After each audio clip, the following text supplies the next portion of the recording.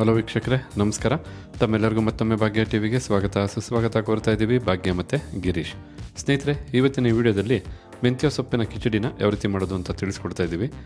ಬಿಸಿಯಾಗಿ ರುಚಿಯಾಗಿರ್ತಕ್ಕಂಥ ಈ ಒಂದು ಮೆಂತ್ಯ ಸೊಪ್ಪಿನ ಕಿಚಡಿ ನಿಜವಾಗ್ಲೂ ಒಮ್ಮೆ ಮಾಡಿದ್ರೆ ಪದೇ ಮಾಡ್ತೀರಾ. ಮನೆ ಮಂದಿ ಎಲ್ಲ ಒಟ್ಟಿಗೆ ಕೂತು ಬಿಸಿಯಾದಂಥ ಈ ರೆಸಿಪಿನ ಸವಿದ್ರೆ ನಿಮಗೂ ಆನಂದ ಆಗುತ್ತೆ ಅಂತ ಹೇಳ್ತಾ, ಹಾಗೆ ಬನ್ನಿ ಇವತ್ತಿನ ಈ ಒಂದು ರೆಸಿಪಿಗೆ ಬೇಕಾದಂಥ ಪದಾರ್ಥಗಳೇನು ಮಾಡ್ತಕ್ಕಂಥ ವಿಧಾನ ಏನು ಅಂತ ಈಗ ನೋಡ್ಕೊಳ್ಳೋರಂತೆ. ಮೊದಲಿಗೆ ಇಲ್ಲೊಂದು ಬಟ್ಲನ್ನ ತೊಗೊಂಡಿರೋದು. ಬಟ್ಲಿಗೆ ಅರ್ಧ ಕಪ್ ಅಳತೆಯ ಊಟದ ಅಕ್ಕಿನ ಹಾಕಿ, ಅಕ್ಕಿ ಜೊತೆಗೇ ಅರ್ಧ ಕಪ್ ಅಳತೆಯ ತೊಗರಿಬೇಳೆನೂ ಹಾಕಿ, ಹಾಗೆ 1 ಕಪ್ ಅಳತೆಯ ನೀರನ್ನು ಹಾಕಿ ಇದನ್ನೆಲ್ಲ ಒಮ್ಮೆ ತೊಳಿಬೇಕು. ತದನಂತರ ಒಂದು 10 ನಿಮಿಷ ನೆನೆಸಬೇಕಾಗತ್ತೆ. ಒಮ್ಮೆ ಅಕ್ಕಿ ಮತ್ತು ಬೇಳೆನ ತೊಳೆದಾದ ನಂತರ ಮತ್ತೆ 1 ಕಪ್ ಅಳತೆಯ ನೀರನ್ನು ಹಾಕಿ 10 ನಿಮಿಷಗಳ ಕಾಲ ನೆನೆಯೋದಕ್ಕೆ ಇಡೋಣ. ಈ ಸಮಯದಲ್ಲಿ ಒಂದು ಕುಟಾಣಿಗೆ ಮಧ್ಯಕ್ಕೆ ಮುರಿದಂಥ 6 ಹಸಿಮೆಣಸಿನಕಾಯಿನ ಹಾಕಿ, ಹಾಗೆ ನೀಟಾಗಿ ಸಿಪ್ಪೆ ತೆಗೆದಂಥ ಒಂದು ಗಡ್ಡೆಯಷ್ಟು ಬೆಳ್ಳುಳ್ಳಿ, ಜೊತೆಗೆ 1 ಇಂಚಿನ ಶುಂಠಿನೂ ಸಹ ಹಾಕಿ ಈಗ ಇದನ್ನೆಲ್ಲ ಚೆನ್ನಾಗಿ ಜಜ್ಕೋಬೇಕಾಗತ್ತೆ. ನೋಡಿ, ಕುಟಾಣಿಗೆ ಹಾಕ್ತಂಥ ಪದಾರ್ಥನ ಈ ಒಂದು ಅದಕ್ಕೆ ತರ್ತರಿಯಾಗಿ ಕುಟ್ಟಾಯಿತು. ಈಗ ಈ ಮೆಂತ್ಯ ಸೊಪ್ಪಿನ ಕಿಚಡಿಗೆ ಬೇಕಾದಂಥ ಒಗ್ಗರಣೆಯನ್ನು ಸಿದ್ಧ ಮಾಡ್ಕೊಳ್ಳೋಣ. ಈಗ ಕಿಚಡಿಗೆ ಬೇಕಾದಂಥ ಒಗ್ಗರಣೆ ಮಾಡೋದಕ್ಕೋಸ್ಕರ ಒಂದು ಕುಕ್ಕರ್ನ ಬಿಸಿ ಮಾಡಿಕೊಂಡು, ಬಿಸಿಯಾದಂಥ ಕುಕ್ಕರ್ಗೆ 2 ಟೇಬಲ್ ಸ್ಪೂನಷ್ಟು ಎಣ್ಣೆನ ಹಾಕ್ತಾ ಇರ್ತಕ್ಕಂಥದ್ದು. ಎಣ್ಣೆ ಸ್ವಲ್ಪ ಬಿಸಿ ಆಗಬೇಕು. ಹೀಗಿಲ್ಲಿ ಎಣ್ಣೆ ಸ್ವಲ್ಪ ಬಿಸಿಯಾಗಿದೆ. ಬಿಸಿಯಾದಂಥ ಎಣ್ಣೆ ಜೊತೆಗೇ 2 ಟೇಬಲ್ ಸ್ಪೂನಷ್ಟು ಬೆಣ್ಣೆನ ಹಾಕ್ತಾ ಇರ್ತಕ್ಕಂಥದ್ದು. ಎಣ್ಣೆನೂ ಬಿಸಿ ಆಗಬೇಕು, ಜೊತೆಗೆ ಬೆಣ್ಣೆನೂ ಕರಗಬೇಕು. ಹೀಗಿಲ್ಲಿ ಬೆಣ್ಣೆ ಸ್ವಲ್ಪ ಕರಗಿದೆ, ತಾವಿಲ್ಲಿ ನೋಡ್ತಾ ಇರ್ಬೋದು. ಈ ಸಮಯದಲ್ಲಿ ಸ್ವಲ್ಪ ಸಾಸಿವೆನ ಹಾಕಿ, ಸಾಸಿವೆನೂ ಸಿಡಿದಾದ ನಂತರ ಚಿಟಿಕೆಯಷ್ಟು ಇಂಗು, ಹಾಗೆ ಮೊದಲೇ ಜಜ್ಜಿ ಸಿದ್ಧ ಮಾಡಿಟ್ಟಿರ್ತಕ್ಕಂಥ ಹಸಿಮೆಣಸಿನಕಾಯಿ, ಬೆಳ್ಳುಳ್ಳಿ, ಶುಂಠಿನೂ ಹಾಕಿ, ಜೊತೆಗೆ ಸ್ವಲ್ಪ ಕರಿಬೇವಿನ ಸೊಪ್ಪನ್ನು ಹಾಕಿ 1 ನಿಮಿಷಗಳ ಕಾಲ ಫ್ರೈ ಮಾಡ್ಕೋಬೇಕಾಗತ್ತೆ.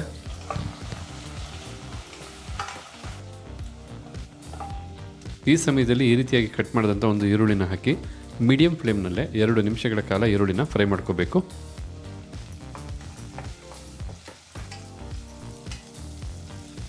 ಎಣ್ಣೆ ಮತ್ತು ಬೆಣ್ಣೆನಲ್ಲಿ ಈ ಈರುಳ್ಳಿ ಕೆಲ ಪದಾರ್ಥಗಳನ್ನು ಹುರಿತಾ ಇದ್ದರೆ ಎಷ್ಟು ಘಮ ಅಂತ ಆರಾಮ ಬರ್ತಾ ಇರುತ್ತೆ ಗೊತ್ತಾ. ಹೀಗಿಲ್ಲಿ ಈರುಳ್ಳಿನ 2 ನಿಮಿಷ ಚೆನ್ನಾಗಿ ಫ್ರೈ ಮಾಡಾಯಿತು. ಈ ಸಮಯದಲ್ಲಿ ಭಾಳ ಚಿಕ್ಕದಾಗಿ ಕಟ್ ಮಾಡಿದಂಥ ಒಂದು ಟೊಮೊಟೊ ಹಣ್ಣನ್ನು ಸಹ ಹಾಕಿ, ಹಾಗೆ 1 ಟೀ ಸ್ಪೂನಷ್ಟು ಅರಿಶಿಣದ ಪುಡಿನೂ ಹಾಕಿ, ಟೊಮೊಟೊ ಹಣ್ಣು ಚೆನ್ನಾಗಿ ಬೆಂದು ಮೃದು ಆಗಬೇಕು, ಅಲ್ಲಿವರೆಗೂ ಟೊಮೊಟೊ ಹಣ್ಣನ್ನು ಫ್ರೈ ಮಾಡ್ಕೋಬೇಕಾಗತ್ತೆ. ಟೊಮೊಟೊ ಹಣ್ಣು ಸಹ ಚೆನ್ನಾಗಿ ಬೆಂದು ಮೃದು ಆಗೋವರೆಗೂ ಫ್ರೈ ಮಾಡಾಯಿತು. ನಂತರ 3 ಕಪ್ ಅಳತೆಯ ನೀರನ್ನು ಹಾಕಿ, ಅಂದರೆ 3/4 ಲೀಟ್ರು ನೀರನ್ನು ಹಾಕಬೇಕಾಗತ್ತೆ.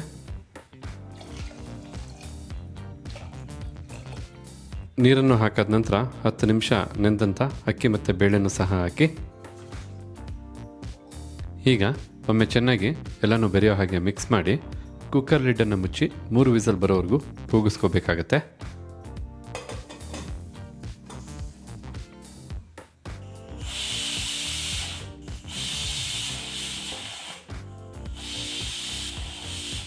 ಹೀಗಿಲ್ಲಿ ಕುಕ್ಕರು 3 ವಿಸಲ್ ಬಂದಾಯಿತು. ಫ್ಲೇಮನ್ನು ಆಫ್ ಮಾಡ್ಕೊಳ್ಳೋಣ.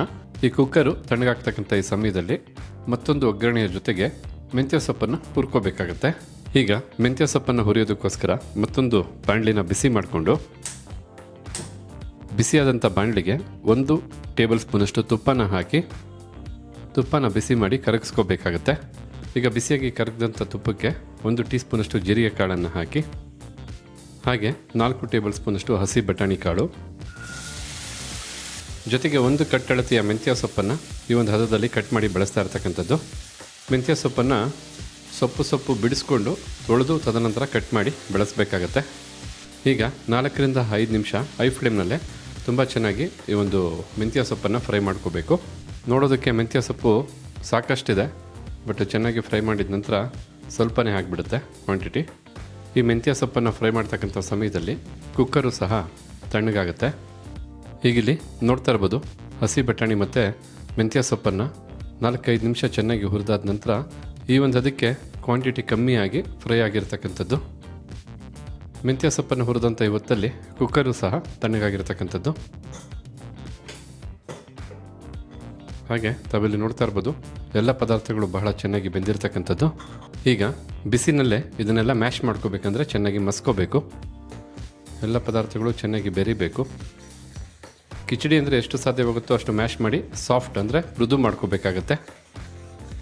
ಈ ರೀತಿ ಇದನ್ನೆಲ್ಲ ಬಹಳ ನುಣ್ಣಿಗೆ ಮ್ಯಾಶ್ ಮಾಡಿದ ನಂತರ ಮೆಂತ್ಯ ಸೊಪ್ಪನ್ನು ಹುರಿದಂಥ ಈ ಬಾಣಲಿಗೆ ಮ್ಯಾಶ್ ಮಾಡಿದಂಥ ಬೆಂದಂಥ ಅನ್ನ ಮತ್ತು ಬೇಳೆನ ಹಾಕ್ಕೊಳ್ಳೋಣ.